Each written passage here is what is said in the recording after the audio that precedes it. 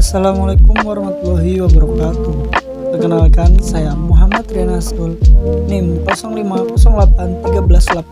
05081382025068. Program Studi Proteksi Tanaman Fakultas Pertanian Universitas Sriwijaya. Baiklah, pada video kali ini kita akan membahas tentang pengenalan mikologi.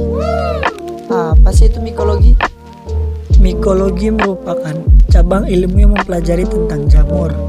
Banyak orang juga menyebut sebagai cendawan. Jamur masuk dalam film Talopita. Sebagian besar hidup jamur sebagai saprofit dan sebagian kecil sebagai parasit pada makhluk hidup seperti manusia, hewan, dan juga tumbuhan. Jamur atau fungi dapat bersifat menguntungkan dan merugikan atau juga bersifat patogen terhadap tumbuhan, hewan, dan manusia sendiri. Nah, selanjutnya, apa sih jamur itu? Apa hanya seperti gambar di bawah ini yang bisa dikatakan sebagai jamur? Langsung saja yuk kita simak penjelasannya. Jamur atau fungi merupakan organisme koheterotrof yang memerlukan senyawa organik untuk nutrisinya atau sebagai sumber karbon dan energi. Di dalam dunia mikrobia, jamur termasuk divisi Mycota. Mycota berasal dari kata mycos yang berarti fungi. Ciri umum kingdom fungi. Fungi ini termasuk sel eukariotik atau hanya memiliki inti sel. Umumnya multiseluler, namun ada juga yang bersifat uniseluler. Reproduksi dengan pembentukan spora. Tubuh disusun oleh benang-benang yang disebut dengan hifa. Hifa-hifa bersatu membentuk miselium. Ada pula yang miseliumnya berkembang membentuk tubuh buah. Habitat dari jamur ini dapat ditemukan di tempat-tempat yang lembab. Berdasarkan struktur tubuhnya, klasifikasi fungi atau jamur ini dibedakan menjadi dua kelompok, yaitu kelompok jamur yang bersekat dan kelompok jamur yang tidak bersekat. Contoh kelompok fungi tidak bersekat adalah Zygomycota, sementara kelompok yang bersekat yaitu Ascomycota, Basidiomycota, dan Deuteromycota. Baiklah, yang termasuk dari kelas-kelas jamur ini yaitu ada Ascomycota, Zygomycota, Basidiomycota maupun Deuteromycota. Di sini kita mengambil materi tentang Basidiomycota. Basidiomycota merupakan kelompok fungi terbesar kedua setelah Ascomycota. Jumlah spesiesnya mencapai sebanyak 25.000. Sebagian spesies tersebut bisa dikonsumsi, namun ada pula yang mengandung racun. Habitat jamur Basidiomycota ini dapat ditemukan di perairan maupun di daratan. Cara hidupnya sebagai saprofit atau sebagai pengurai sisa-sisa makhluk hidup, contohnya seperti di batang pohon mati, tumpukan jerami, atau tanah dengan kandungan sampah organik yang tinggi. Basidiomycota bereproduksi melalui dua cara, yakni secara seksual dan secara aseksual. Alat reproduksi seksual berupa basidium. Di dalam basidium terjadi peluburan inti serta meiosis yang menghasilkan 4 spora seksual haploid, yakni basidiospora. Tahapan pembentukan basidiospora pada Basidiomycota adalah sebagai berikut. 1. Dua hifa haploid berbeda, yakni hifa positif dan hifa negatif bertemu.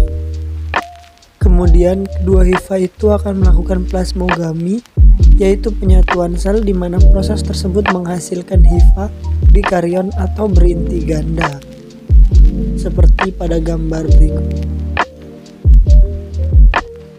Hifa diploid dikaryon tumbuh menjadi miselium haploid. Selanjutnya, miselium haploid akan tumbuh dan menghasilkan badan buah basidiokap. Lalu terjadilah karyogami di ujung hifa basidiokap yang menyebabkan terbentuknya basidium berinti diploid. Di dalam basidium terjadi pembelahan secara meiosis oleh inti diploid dengan hasil 4 inti haploid. Pada ujung basidium terbentuk 4 strigma. Keempat inti haploid tadi bergerak masuk ke masing-masing strigma, kemudian berkembang menjadi basidiospora. Jadi, jika basidium telah matang, basidiospora akan terlepas dan jatuh di tempat yang sesuai. Basidiospora pun akhirnya akan tumbuh menjadi hifa haploid. Sedangkan reproduksi aseksual Basidiomycota dilakukan dengan cara hifa haploid membentuk struktur konidia melalui pembelahan mitosis yang menghasilkan konidiospora. Selanjutnya, spora akan diterbangkan oleh angin dan kemudian konidia akan berkecambah menjadi hifa haploid jika jatuh di kondisi lingkungan yang menguntungkan. Basidiomycota memiliki ciri-ciri sebagai berikut. Pertama, alat reproduksi Basidiomycota berupa basidium. Dinding sel terdiri atas kitin dan glukan, multiseluler dengan hifa bersekat septet, ukuran tubuh makroskopis di mana jamur ini dapat dilihat langsung oleh mata tanpa bantuan mikroskop. Tubuh buah disebut basidiokarp yang tersusun oleh jalinan hifa bersekat serta dikariotik.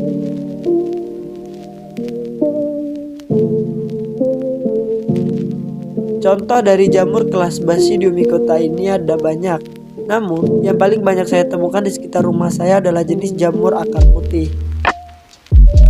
Penyakit jamur akar putih disebabkan oleh jamur Rigidoporus microporus. Penyakit jamur akar putih ini merupakan salah satu penyakit utama pada tanaman karet. Gejala serangan penyakit jamur akar putih yaitu daun-daunnya terlihat kusam, permukaan daun menelungkup, layu, dan gugur sehingga tanaman karet bertajuk tipis. Penyakit jamur akar putih menyerang akar tunggang maupun bagian akar lateral. Penyakit ini dapat mengakibatkan kematian tanaman dengan intensitas yang sangat tinggi, terutama pada tanaman karet yang berumur 2-4 tahun. Berbagai macam jenis pengendalian yang dapat dilakukan untuk membasmi jenis jamur-jamur ini antara lain pengendalian secara biologi dengan memanfaatkan agen hayati berupa jamur antagonis dari jenis Trichoderma sp, ataupun dengan pengendalian secara kimiawi yaitu dengan penggunaan fungisida kimia. Namun pengendalian ini jarang digunakan oleh petani karena fungisida kimia ini memiliki nilai harga yang relatif sangat mahal. Baiklah, cukup sekian penjelasan dari saya, Sahmi. Terima kasih dan wassalamualaikum warahmatullahi wabarakatuh. Oke, jangan lupa klik tombol like, komen, dan subscribe. Terima kasih sebanyak-banyaknya. Jangan lupa mampir.